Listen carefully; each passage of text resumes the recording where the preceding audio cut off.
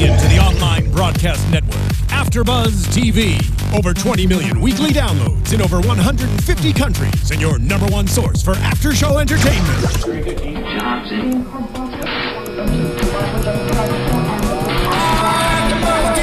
AFTERBUZZ TV, the destination for TV superfans. Producing aftershows for over 300 of your favorite TV shows. Interviewing celebrities and showrunners. And bringing you behind-the-scenes exclusives. All thanks to E! Entertainment's Maria Menounos, producer Kevin Undergaro, and internet leader Akamai. Now, let the buzz begin! Hello. Everyone's buzzing. Hello, everyone, and welcome to The Americans After Show, Season 3, Episode 13, March 8th, 1983. I'm Adrian Snow. You can follow me on Twitter and Instagram at Miss Adrian Snow. That's MSADRIANSNOW. And here's the rest of the panel. Go ahead and introduce yourselves. Hi, I'm Matt Ritter. You can find me on Twitter at MattRitter1 and my website, Matt Ritter Comedy. And Josh Richmond makes a really good White Russian. This is my signature drink, guys. I've done a couple of Big Lebowski screening parties. My name is Josh Richmond. Tell us about yourself. Yes, you can go at Radio TFB on Twitter or go to joshrichmond.net. Ben, take it. I am Ben Bateman. I elected Scotch instead of White Russians. You can find me on Instagram and Twitter at Ben Bateman Media. And also Periscope. You know what? Before the show's over tonight, we're gonna live Periscope for sure. God, I feel like it has to happen. We've talked about it every episode. I swore it off. We built it up. We've built it up for you guys. Yeah. Look, I respect Scotch, but this is the perfect drink for the Americans finale because it looks like it's milk, but it's secretly Russian, just like the characters of the show. During the screening, I had a sip of White Russian to be part of the game, but I switched. Well, as a Texan, I'm drinking both Scotch and the White Russian, so, just hunker down with the alcohol. As always, well, I guess I should say we will be drinking throughout this podcast. We'll still do a decent job. We'll still do a good job, but we might be a little loosey-goosey. To celebrate the big finale of this very sad and depressing show. Yes. Oh, I thought it was just because it was Wednesday, but okay. Yeah, Oh, that too. Hump day. As always, please, please, please subscribe to us on YouTube. Follow us, iTunes, SoundCloud, your mother's house. I don't know, anything and everything. Just don't follow me to my mom's house. Yeah, please. Don't my mom lives with my grandma. That was actually so that would be a weird situation.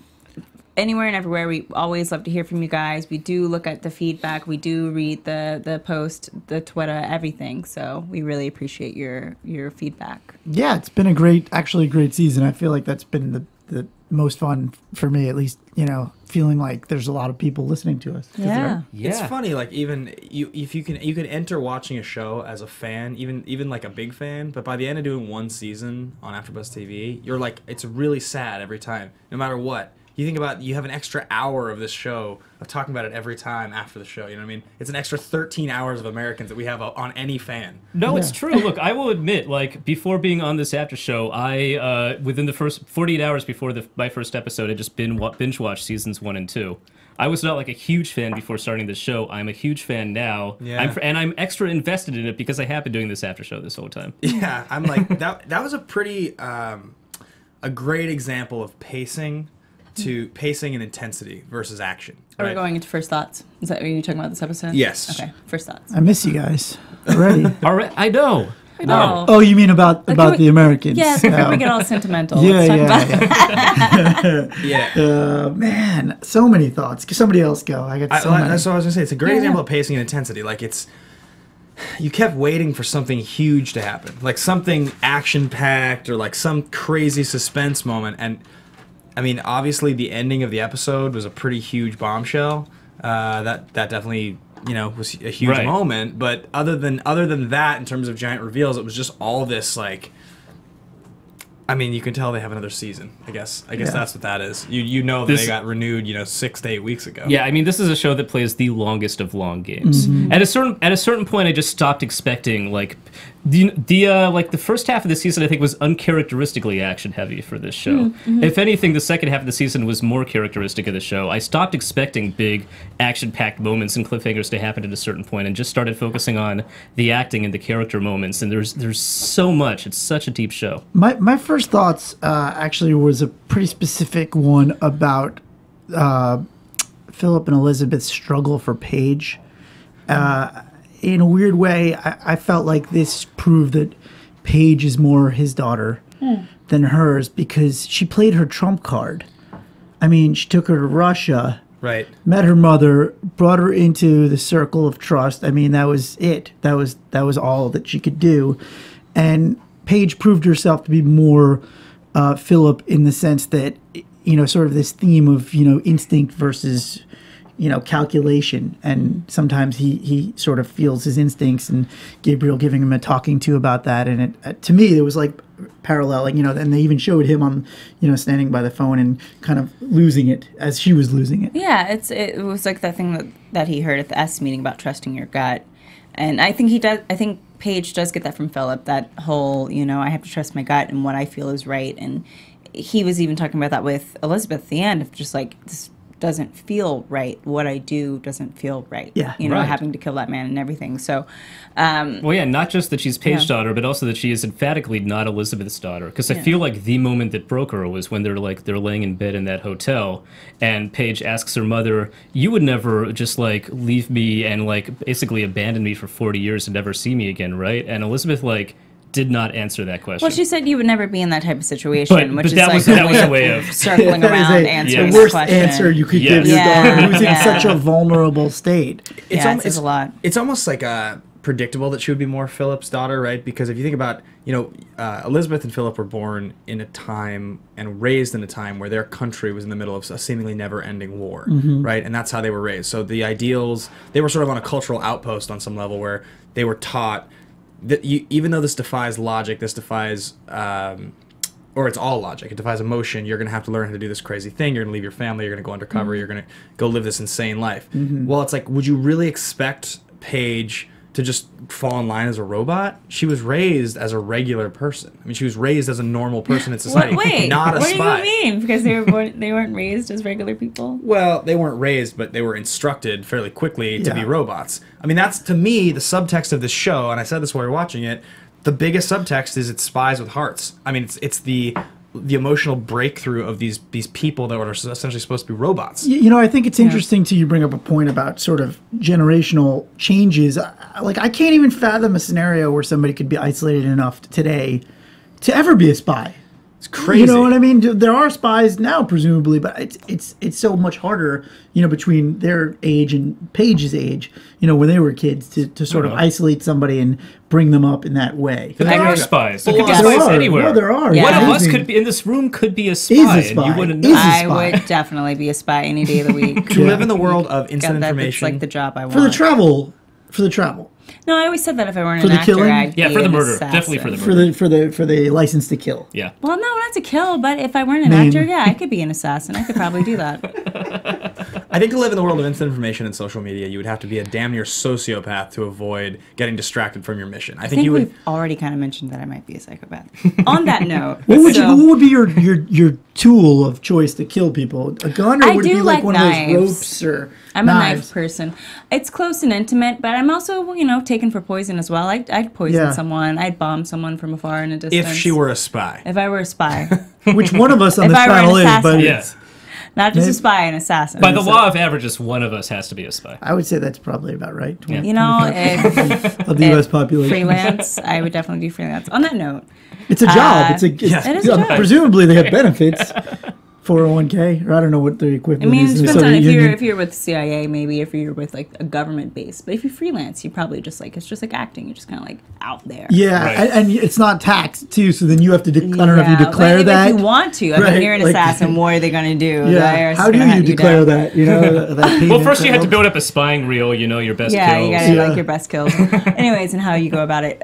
So speaking of spies and just killing people, Nina and Anton. A storyline that I couldn't care less about. Okay, yes, I basically agree, but I do want to say just a broader context for that. We've been talking about how boring that storyline is all season, but I feel like in this episode, the storylines felt more connected than usual. Maybe it's because we finally had what's going on in the Russian side having some impact on what's going on at the CIA, but everything felt like it was flowing into each other, and that things going on one side of the world were like impacting what's going on the other side of the world. Maybe they're building up expectation, like this whole storyline. Stan is negotiating. He's going to win. He's going to get Nina out. And He's definitely not. And the sad moment at the same time where you realize he's not, And maybe, just maybe, she's going to have to just sort of settle into a life, this undercover life of just like maybe emotional connection to this person she's sort of supposed to be turning. My only question in the Nina scene was, I just looked and I was like, how clever is she? Is she still manipulating? Is she still undercover? Or is something really happening here? It seemed like she kind of broke at the end when she was sitting on his bed and she was just like, I'm kind of tired of buying back my life. Right. It's a It good seemed line. like that was very much like her being honest. But we've also said that Nina does use honesty as a way to manipulate people to get what she wants. Honesty as a weapon. But that's got to be exhausting, and his vulnerability, that when people are vulnerable with you, and this has kind of been like an overall theme with this episode, when people are vulnerable with you, it does touch you in a way that maybe you weren't expecting it. And it affects you even if you have different intentions. Yeah. In a way that kind of causes you to break a little bit if you've been putting up a guard. I mean, I thought, again, it's like we'll never know what's real. That's why the show's great. But when Oleg said, what happens to these people is, they live out a pretty miserable existence even if they get out. In Siberia. Yeah. I think that was sort of an allusion to what was setting up, with Anton and Nina, this idea that, like, even if she doesn't do it this way, then the other option is to, defy their little tree, make her life even more miserable. To go to Siberia. Yeah, like your options are bad or bad. Mm-hmm. There are no, I don't think there's, I don't know if there's a good exit for Nina. Well, I thought Anton said something really interesting when he said, they only have my body. It was like, what are you intending to do? Like, you've been writing this letter for a long time. You've said something along the lines of they only own my body or they only have my body. Are you intending to kill yourself, well, like to get free? I think that, and there was a big theme of body in this episode. Definitely, too, and listening to your gut. Like primal body stuff. But yeah, I was curious, what his what his viewpoint is of what they don't own. Is it, some sort of world that he lives in his head that you have to create for yourself. Maybe he's mastered something that Philip needs to do. This whole how do I live within my headspace and whatever else happens, that's just my body. Like if I kill somebody, that's just a primal thing. I think a body ripping another body apart. Yeah, I think Philip had mastered that, but I think you can only do that for so long before you just because it's just has to be exhausting on yourself to separate yourself. And they talked about that in Est when they talked about the sex, about how, when you separate sex from intimacy and something else, it makes it difficult to maintain that relationship. It's not real. And so you can do that for a while, but eventually that will start to wear you down. Kind of like what Philip did with Annalise and kind of Kimmy, but a whole lot of other people. Yeah, so he's like, I feel like shit most of the time. All the time. All the time. It was a good line. In fact, in a storyline that, aside from the body being folded into the suitcase, was again completely useless in this season. I just felt like, why was that guy even in the show? Really? Like, aside. Yeah, like I think about all those scenes, and I'm like, did I get anything really out of those scenes? Did he matter as a character? Yeah, it was just to break Stan. I mean, Philip. It was just to break. Yeah, Philip. It was another chance for Philip to like be honest to somebody who knows who he is. And you talk about this as an actor. Sometimes it's like these little characters. When you're an actor and you play these little characters, you're just serving the principal. You're serving him. It's like so. Sometimes but there's also, I think the most interesting thing about acting is the residue. Mm-hmm. So, and a lot of actors have different ways of negotiating that, but like when you've played roles where, like I played a role where I was a rape victim in Darfur, and I didn't have to do it every night. I was the understudy, thank God, but I did it one night. And after the show was over, everyone was like, do you want to go out for a drink? I was like, no, I just want to go home and be alone. And so it's, there's a residue to any type of lifestyle that causes you to maybe do things that are against your natural habits. Mm-hmm. Right. I couldn't imagine being a spy. Every time I hear Matthew Rhys in real life, I'm shocked not just by his accent, but by the fact he's like a very jovial, high energy guy. Completely different than Philip. He seems like he'd be a great guy to share a drink with. Exactly. But you got to wonder if even so, just playing this guy and all the things he's got to do has to wear on him. Well, it's just how you deal with the residue. And, if you're in a healthy place, I think, if you're in a healthy place when you have to do things that maybe aren't healthy, then I think it's easier to come out of it. And I don't think, that's the one thing I think with Philip and Elizabeth that they never really learned, and that they don't really care to teach you as a spy, is how to have mental health. I think that's a more post-'80s Yeah. spy course. You know what I mean? In the academia of, Yeah. of spy teaching, I don't think that was in the syllabus in '83. Yeah. Right. sure. You know, I mean, that- 2015.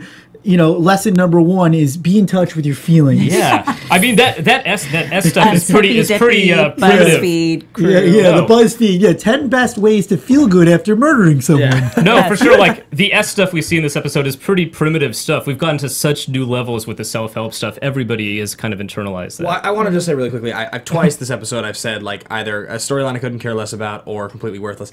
I don't mean in any way that I'm watching, I'm like, this is poorly done. What I do mean is I expect a lot out of this show. This is the finale. At this point, I'm thinking about, okay, aside from that one line, what did that add? How am I being affected as a viewer? What do I expect out of such an important episode? And it's not a judgment of the actors or the writers or anything like that. It's more just like, I can see the parts of the show that I think are awesome, where What are I'm you totally referencing right engaged. now?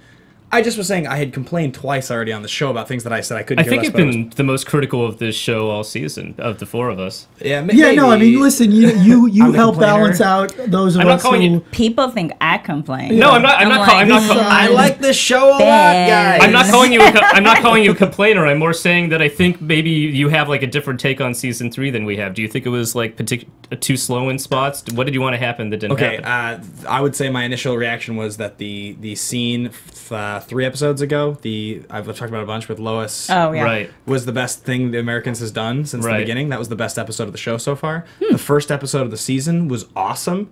There were at least 3 or 4 other episodes of the season I can think of that were fantastic, and I actually thought this was a great episode overall. I thought the tone was really nice. Yeah. I just feel this season, for whatever reason, a lot of the subplots and secondary storylines, really, I was feeling they were wearing on my patience. It was a bit much. It was That's a all. lot. And it was, I will say with this episode, it was a touch slow. Just for me, in terms of coming in, knowing that they had a lot of things to wrap up. And there were a lot of things that they just skipped. We did not see Martha. We didn't see one Martha. time. We didn't see Kimmy. We didn't see someone else that I can't think I think they Hans. edited it after they heard me complain about shows that do that, where they try to do too much. I think they re-edited. But- They had a director's cut that had Yeah. 9 other storylines ended, and then they heard It our seems like- show. Yeah. It was definitely a thing where they got the notification that they would be around for season 4. Yep. Yeah. And they were like, okay, then these things that we have, we can play them out a little bit longer. Yeah, do you think they had shot more and they possibly, or do you think they had? No, they I had, think they found out before they finished shooting. So Yeah, no, but in got truth, renewed 8 weeks ago, I I do think. think in this day and age, you always have to have that in mind, because networks are pulling triggers so quickly on such high quality shows sometimes if they haven't built up an audience. But I think they knew already But, going yeah. into this season that they would definitely have. FX is very yeah, I supportive of was their going to say shows. FX Right, is different. right. Extremely supportive. So I do believe that this Anger management. was. Yeah. Yes. But that was a 1090 deal. Really? Like who gives Charlie Sheen? Well, no, I know, because yeah. it was a cheap Anyways. deal for them. But- to do it, But the lack of resolution works so well for this show in particular, Yeah. because all the characters are just waiting for the hammer to drop. You know, they always exist in this constant state of tension, waiting for things to go wrong. So we're feeling that along with them. I will say that I just think that my biggest issue with this episode, 100%, was that we didn't see Martha. You can't give me a cliffhanger in episode 12 that's the biggest reveal that the show has probably had so far, and you're not even going to show me her reaction. Sorry, it was a burp. It was you a- just Did I bother you was just a- now? I'm sorry. it's a hiccup. Alcohol. Yeah, you just left Martha. It was yeah, I didn't mind. She's great. It was an interesting choice, like so much so that I wonder if like maybe like the season 4 premiere, we'll realize she's been dead this whole time. Like that scene ended with Philip killing her, and we just didn't know. Well, it wouldn't. But then would have been no merit to him killing the other guy, to frame him. Right. And they talked about how he needs to tell Martha. Unless he Right. also framed her, unless Philip also framed him for Martha's murder. That's what I originally Which thinking, but you were they- originally pitching, but yeah. they totally changed that towards the end. Look, I'm on the side of I like that they kept it narrow somewhat Yeah. for the finale, because I mean this whole season was very much about Paige. You know, if you Yeah. look at the season in So it terms had of to end with her. priorities, it was very much about Paige. I'm going The to Paige problem. I'm going to suggest something really quickly. Yeah, that's what because we've been saying, right? I mean, I know we're going to move on from the story of the Nina Anton in just a minute, but this is the last episode of the season. Any final thoughts on the season on Nina Anton? Anything that we haven't said about them on the season? No, man, I don't really care. Like, I mean, I'm a little bit with you on that, Ben. It left a bit to be desired in Yeah. terms of closure on where, Yeah. at least giving us a glimpse of, well, where are we going with this? I'm not sure. They definitely ended on a deliberate anticlimax, saying, "Nope, Nina's not going to be saved. There was a chance she was going to, and now definitively she's Well, no, not that's going." not true. Because if she is successful with Anton, I mean, she won't be saved in that way, but she Right. may not die in that prison. She might be able to save herself, but she's, Yeah. you know, she's She's not grappling gonna with be her own saved. morals the same way Philip and a bunch of characters are grappling with But their I morals. never thought she was going to be saved by Stan and Oleg. I guess that's true. Like, I just Stan did. I just think they of course he deflated. did, because he's Stan. I think the show does a great job with giving you expectations and deflating those expectations at the appropriate moments. I think they gave you the expectation that Stan was, because he's a main character, going to win and get Nina back somehow. You felt and that he, way? And he found himself in a position where he was like, oh, wow, well, my grand plan kind of worked, but I didn't get Nina back. And Nina's like, well, this is kind of crappy. Maybe I should just dig in here and enjoy this life that I have because the alternative's not that great. You know what I loved about Stan as a character? You know, I've been saying this whole time that you guys, piggybacking off what you said about him not being a good spy, I've always said he's middle management. And part Yeah. of being middle management is not knowing how to play politics.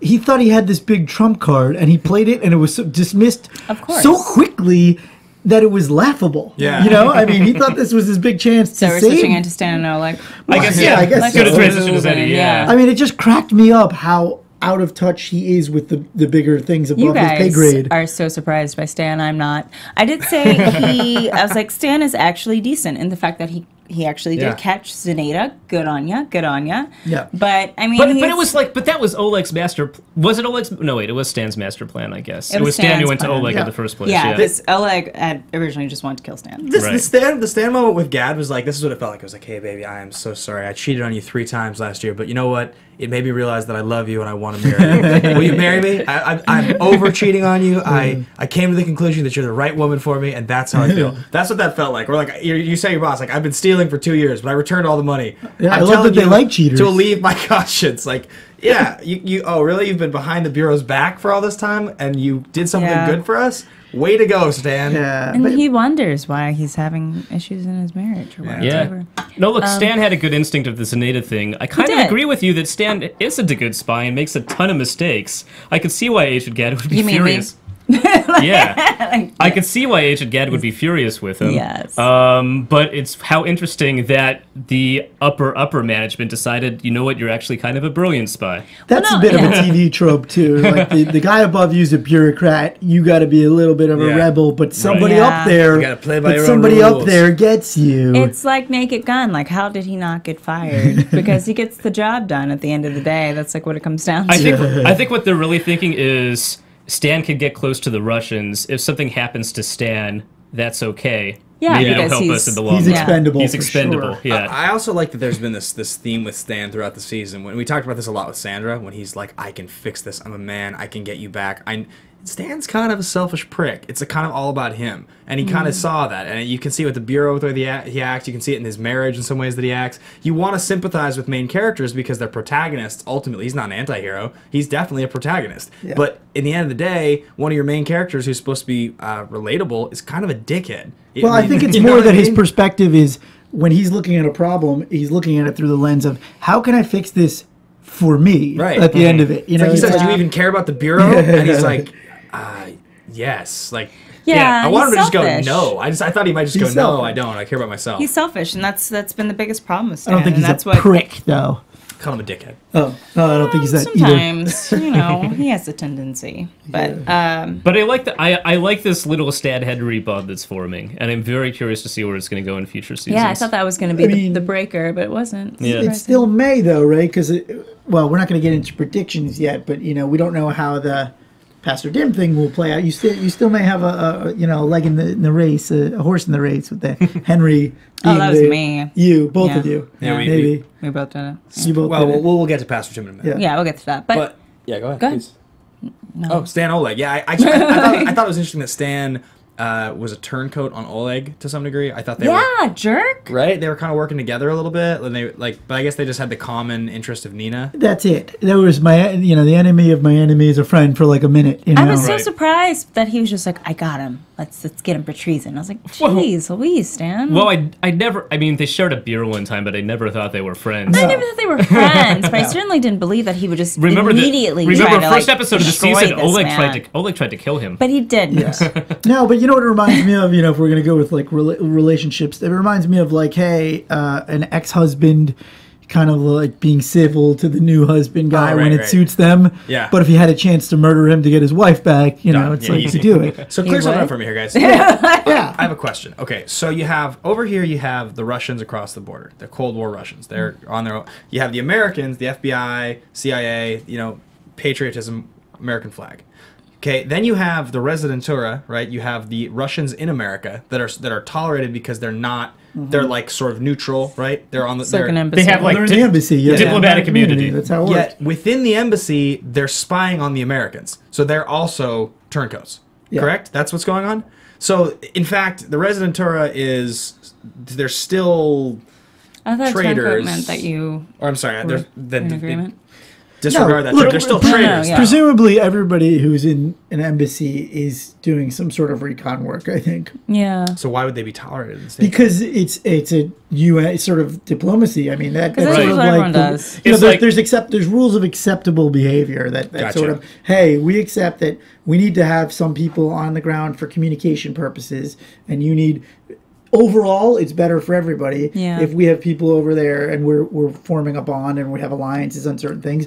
But at the same time, we all kind of know, wink, wink, they're going to be doing some recon work. If Americans tried to shut down the Russian embassy, that would be like a Cuban Missile Crisis style trigger. Yeah. It's like the Olympics, you know, when everyone goes to the Olympics, everyone's, okay, we get along, and everyone saves the world together. I think I was just getting a little confused because all the storylines are presented so much at face value. We're supposed to sympathize with all the characters, yet, like, these characters don't know. You know what I mean? Like, Stan and Oleg, for instance, are interacting. Does Stan know that Oleg is into some shady stuff? Or do you think he just... I think Stan assumes Oleg is doing shady stuff. That's just why maybe he's willing to turn him over. Espionage. It's spies talking to spies. That stuff happens in It's not spies. spy friend, it's spy business. Yeah. Something like that. Or something. Espionage. Yeah. That's good. Espionage. In fact, I bet Oleg probably would have done the same thing in Stan's shoes. You know, it's just spy business. Sure. Yeah, he wanted to. He attempted to get him. Yeah. To keep Nina here. So Oleg, Stan. Anything else on Stan? Well, I did want to touch on his marriage, which kind of ties into That Philip. one scene we got, right? Yeah, the one scene we got. It's so sad. And she's like, you can keep the wedding album. That hurt. My mother kept the wedding album, Yeah, so that we hurt. have it. But He's like still in that sort. He's right. He's still kind of giving her the eyes. Like, if you just would look at me the right yeah, way. when he said that whole thing about you nursed, what's his Trying name, one more Matthew, time. in the rocking chair. Right. And he knows how to use plants. And he she's knows like, how to keep And now he plants knows how alive. to keep plants alive. It's like, come on, baby, I'm a fully, I'm a Renaissance man. No, but he's still I keep selfish. plants He hasn't alive. changed. Yeah. What happened to that Est lady who he went on like 2 dates with? She probably got cast in the lead Callie Thorne in some other show. See, so. it's just like Kimmy. Just Yeah, that was annoying usually, because usually when you have a lead actress like Callie Thorne playing a role like that, you feel like it's going to go somewhere. So either it's going to go somewhere next season. But It she was might just a come plot back. device because he was looking at the picture. No, and but she's like, too "You feel big of an weird," actor yeah. to just be. But she might, like- though. I mean, Yeah. with Annalise, you know, she disappeared for a while. Not that she's as big an actress, but and then she did make a comeback. So you never know. I mean, it definitely it felt like after that whole scene, and he's thinking about like what do I do about my marriage? It definitely felt like he was still reaching out, and he's still not ready to let it go, but he kind of has to let it go. So I don't really know what to make. That's just a pretty normal relationship Yeah. reaction, I think, when you're not quite there yet, but you know it's over. So you just have to kind of wait until your He just body has to move agrees. into one of those divorced dad condos, party it up. Yeah, right. I mean, Stan's whole season-long arc has been just his personal and professional life falling apart, and the fact he can't let go of Nina, and he can't let go of Sandra, and he can't let go of whatever victories he once You had. can't have your cake and eat it. At least he gets to play Stratomatic with Henry. He just lives such a tortured existence. Like He when does. the guy's like, he's like, we want to make you a sweet agent where you can come to me, and he's like, oh great. He's like, I need you to get Nina back. And the guy's like, I'm sorry, we can't do that. I have Why to. does he need Nina back so much? I mean, Right. was He's in love with she her. that that good? In the bed, in the I bet. satchel. You She know was what? I very bet. good in the I bet satchel. she was. Sorry, I that's bet she the was. Scotch talking. She does All things right. that Sandra never did, which is why she's at the clinic for sexual But healing. he wants Sandra back. Well, The clinic for sexual it's just rejuve. about being open. It's definitely funny that they I'm use... sure being with Stan is exhausting sexually. Like, I was in just a it's bad probably way. In a pretty dry. bad It's pretty way. dry. In a It's bad way. It's pretty just like, monotonous. this sucks. Go By ahead. the Stan's numbers. Stan's kind of a cardboard. Meat and dude. potatoes, kind of But, sexually. Yeah, I was gonna say, I think it's funny that they use. So you have over here, you have what's her name? Alison Wright, Martha as comedy, and then over here you have Est as comedy. I just like that every once in a while they drop it in, and it's entirely supposed to be comic. Like it's always laughable. Can Every we time- rank them sexually? Oh God, what? Yeah. No, Characters I in think the- your White Russian is talking now. No, I think Elizabeth's probably the best. In what sense? You're saying Like, like, No, I think Wildest. Philip is definitely the best. Wildest. Philip. well, they're like of yeah, anybody, of all the trained. characters. I They're know. trained. I'm saying I think Okay, Philip. you think Philip? What is the order? Then Elizabeth. I think you guys are forgetting Martha. Then and Nina. the book Nina, she yeah, bought. Nina would be just Nina. below that. But Philip and Elizabeth were both highly trained. What about yeah. Martha and her I'm book she getting bought? to it. Philip, then Elizabeth, then Nina, then Martha, I give Martha the edge over. then Yusuf. Okay. If we're talking about just main characters, then Right. But Stan's at the bottom. Stands at the bottom. Yeah. Hans. Hans is, Hans is after Martha. Well, Sure. We know how you feel I'm about sh- Hans. oh my yeah. God, Hans Yeah. could. He's too call young. me. He doesn't know what he's doing yet. You could just Come you on, could he's a just guy walk in his 20s. He doesn't know what This he's doing. road is a Adelisa's dead, but she was like You the know crazy what? type of Some hunt. guys in their 20s don't know what they're doing. Most guys in their 20s don't know what they're doing. But Hans some, does. But Hans but does. some, But Hans must. they We're start going young. down a road that says dead end at the end. Let's I turn know. around. We're coming back Drive out. and stands at the bottom. So on that Agent note, Dad. Well, no, but Yeah. send us Okay. your tweets. Who do you think was probably the best lover Sandra- on The Americans? to touch on it, I wanted to bring up Sandra because I wanted to feed into just like that interaction she has with Philip, and so we can bring it into Philip. Sure. I thought that was really interesting that she wanted to be vulnerable with Philip. She wanted a buddy, a secret She buddy. wanted a secret buddy, but that's why I felt like that the guy that she left her husband for was supposed to be that guy. Am I wrong? And I think she thought it was going to be that guy, and He's she probably ended up more being like Stan disappointed. again. He's Yeah. probably like you. Well, She probably you fall into those patterns over and over. What's interesting about the Philip Sandra thing is I don't think that was a sexual thing, even though they're at this no, I sex didn't think it seminar. was sexual. I thought, but If that janitor had left 5 minutes earlier, it goes Right. on that point of just of intimacy. You know, a lot of times people might be in a sexual relationship that gives them very little intimacy, and I felt that was something that was a big issue with Philip and Elizabeth in the beginning of their relationship, where yeah, they had sex as a way of like making sure that they had children and maintained any desires that they had, but they didn't have any intimacy in the relationship in the beginning. And once that developed, then there was the trust that came with that, the vulnerability that came with that. So it's Yeah. interesting to see that with Sandra. I was going to say one of the things, and I referenced this early in the episode, but I think it's amazing where we are with television now. So you have the moment where he sees Sandra at the meeting, right? Now, in traditional American television, like a show on NBC or something on the CW, character A that you're familiar with sees character B, male and female, in an odd situation. You can pretty much connect the dots of what's going to happen. There's going to be a relationship or sex. Now, you take a popular show like The Sopranos. Tony Soprano sees a new secretary or somebody a woman, and they look at each other like that. You can pretty much cut to the sex. They did that in the show frequently. I like that in this show, you see that look, and not for a second was like, yeah, they're going to hook up. It was like, no, this is just going to be some weird moment of connection. The same as when Pastor Tim and his relationship to Paige, you're like, Right. this isn't going to be the cliche, like, oh, well, he's a pastor, and you know what I mean? This isn't going to be some weird pedophile thing.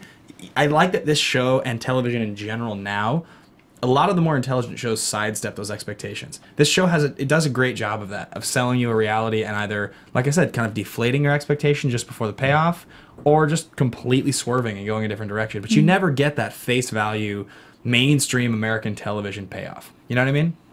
no, it's great. It's definitely. It's because it's Russian. Yes, Yeah. it is.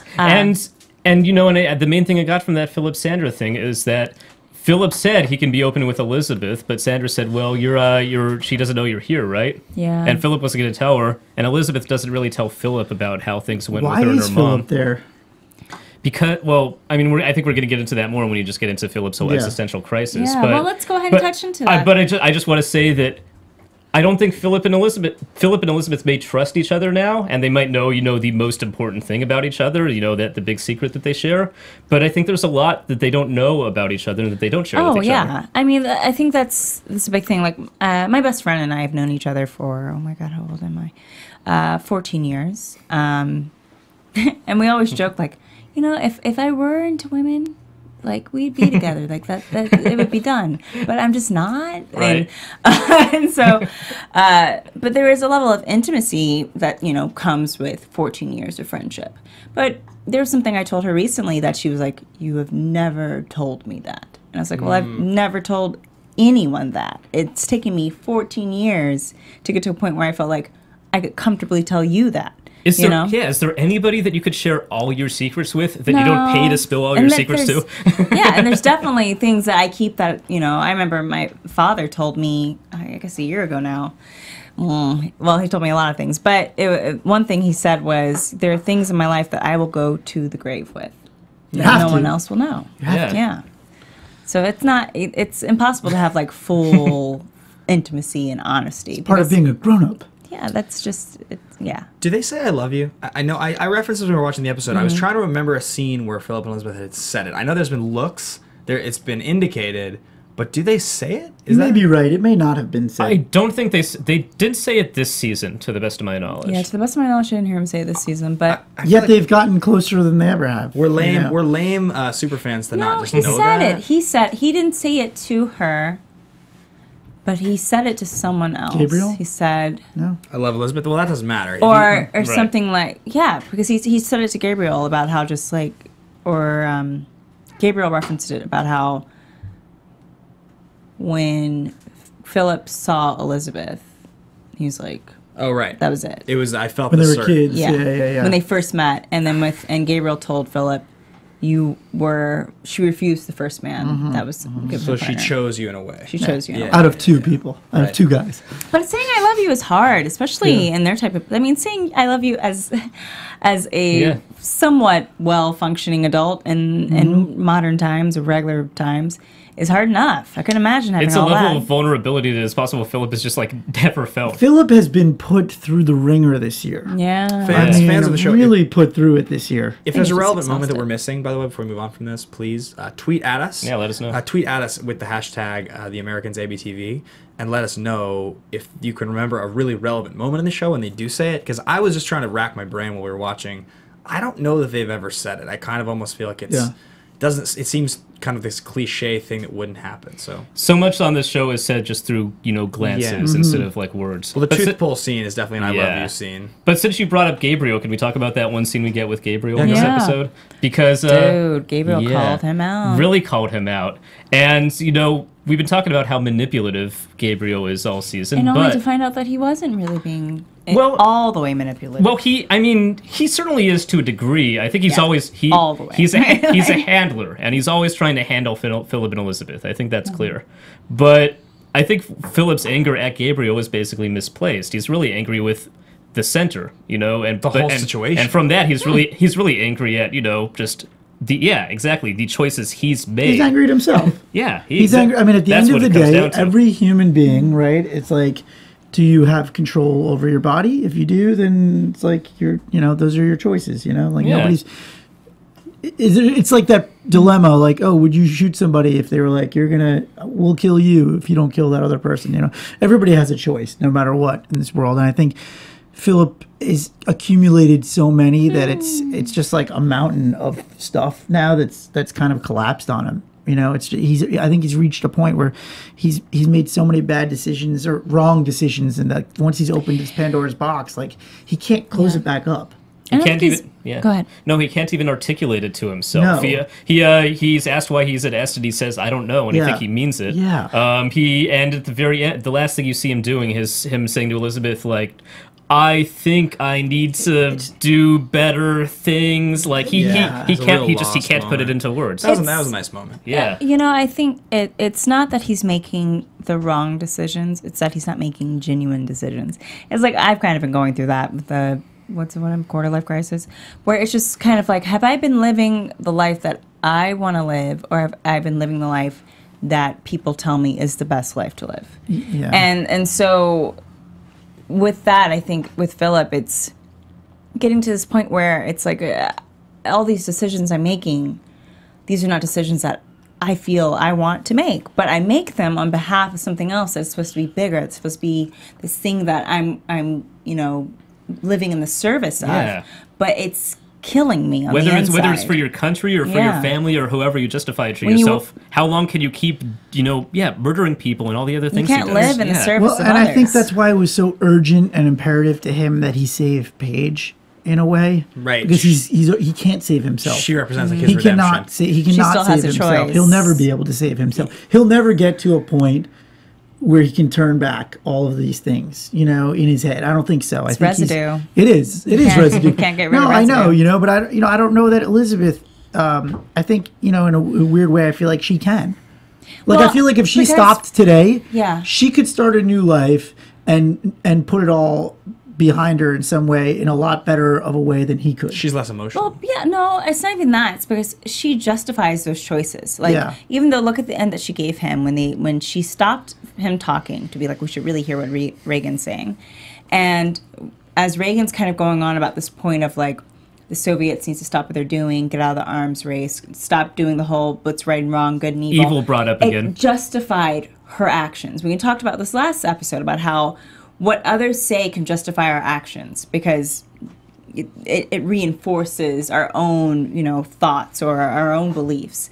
So for her, all of this is in service of, and she justifies that in herself. For Philip, it's in the service of, but he hasn't quite come to terms with if that's what he wants to be doing. Mm-hmm. Whereas for her, it's always been that way. She's always wanted to be doing this. I think it's like a metaphor. It's like, okay, how many people, because we're all in the entertainment industry, how many people move to Los Angeles at a young age with this Hollywood dream of they're going to make the appropriate sacrifices to achieve fame and fortune. And then they say 30 years later, you wake up by the pool.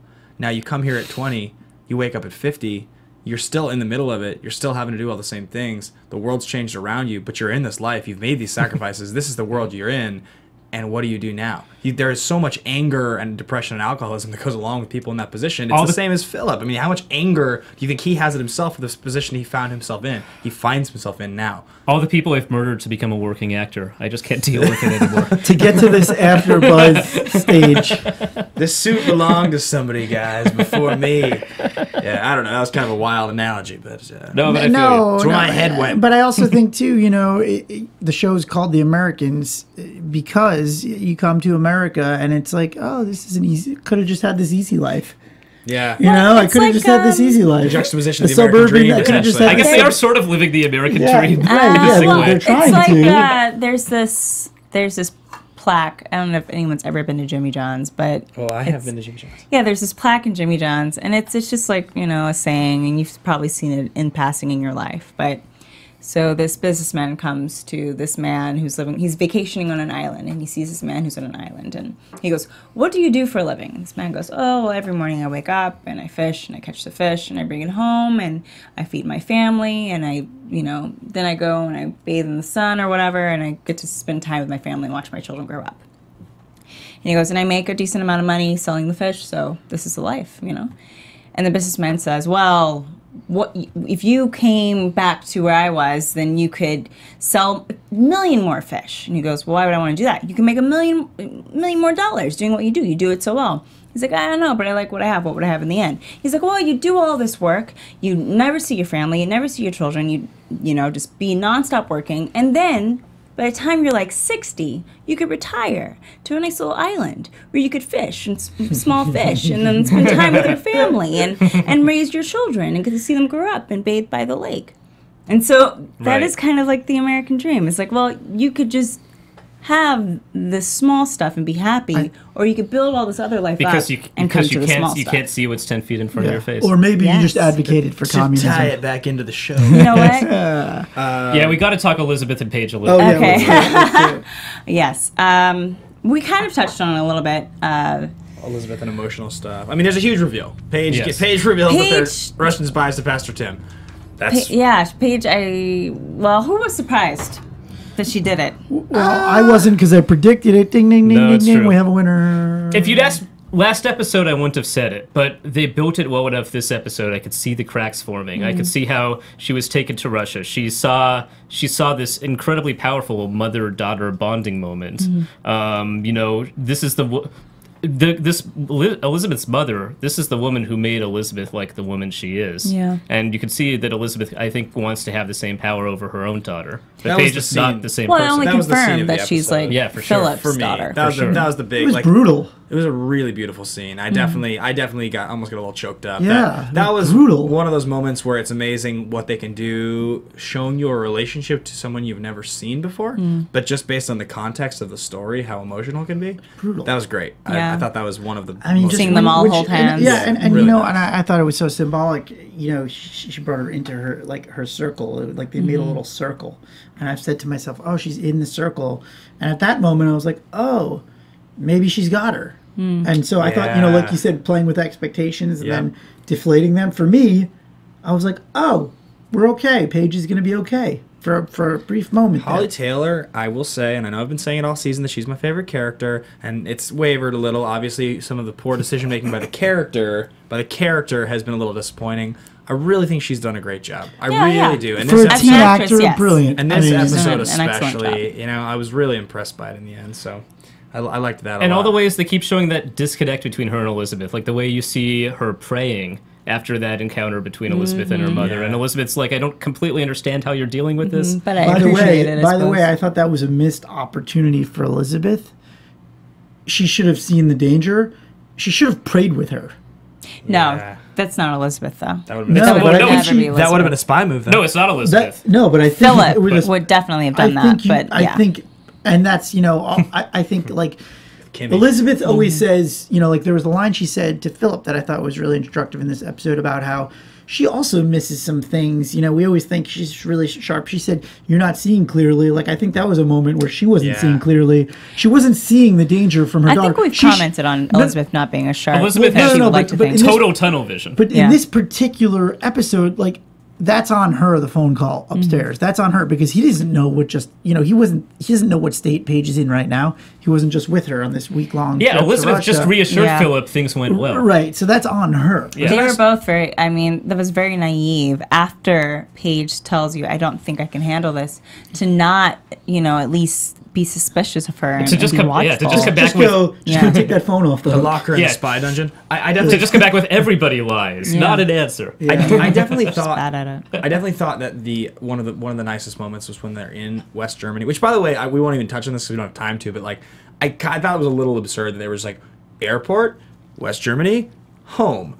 No, Yeah, like, it was very quick. no exposition on like any of the customs. Like they make the one reference to like, they looked at the passport and made no reference. But I mean, you're talking about like 12 to 14-hour flights, which is incredibly risky and incredibly high pressure for both of them. I thought it was a little sloppy to not show any of that without time. But I will. Went surprisingly smoothly. Maybe is a little bit of a misdirect from the big reveal at the end. That was a big issue I had of just like them squeezing everything into the end. I feel like the visit to Russia could have been a 2-episode thing. But the Germany moment. I was just going to say, I liked that she was saying to her, well, what are you doing? Well, I'm looking over my shoulder.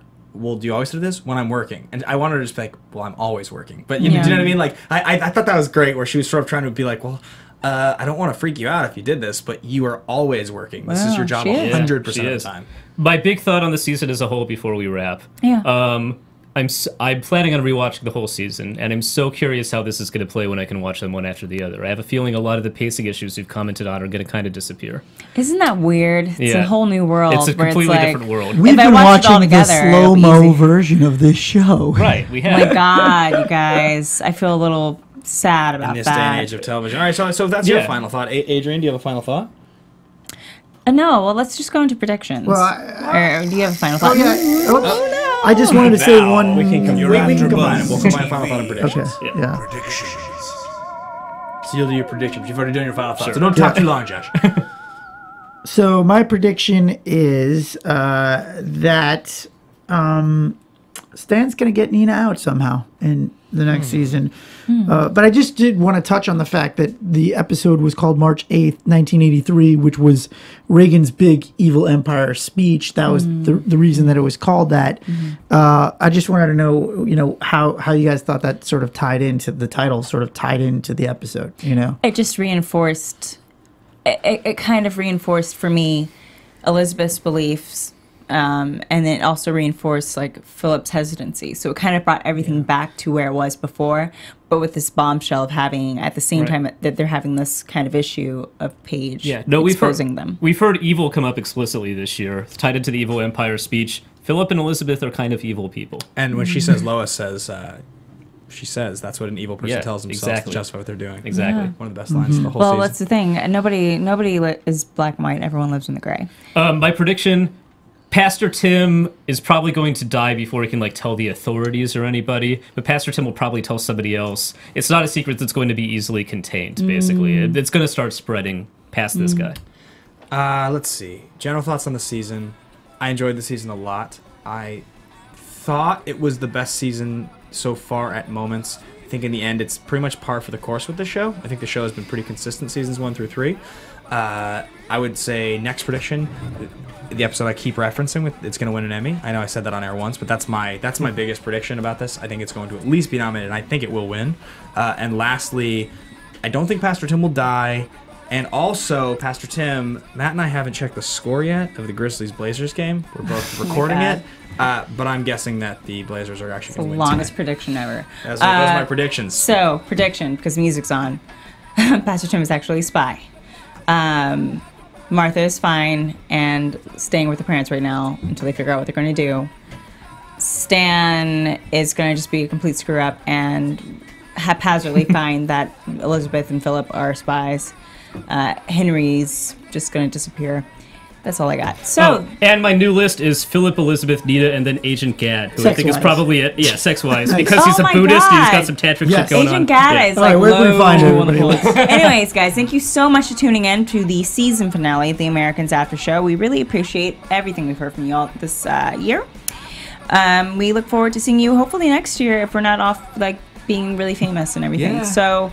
Thank you so much, and we won't see you next Wednesday. We'll see you next year. Bye. Where can you find everybody? And thank you. Well, we don't have time for that. Thank you, Allison Rose and Kelly O'Coin, for being on. Thank you, guys. Thanks for listening. Thank you. From executive producers Maria Menounos, Kevin Undergaro, Phil Svitek, and the entire AfterBuzz TV staff, we would like to thank you for listening to the AfterBuzz TV network. To watch or listen to other after shows and post comments or questions, be sure to visit AfterBuzzTV.com. I'm Sir Richard Wentworth, and this has been a presentation of AfterBuzz TV. Buzz you later. The views expressed herein are those of the hosts only and do not necessarily reflect the views of AfterBuzz TV or its owners or principals.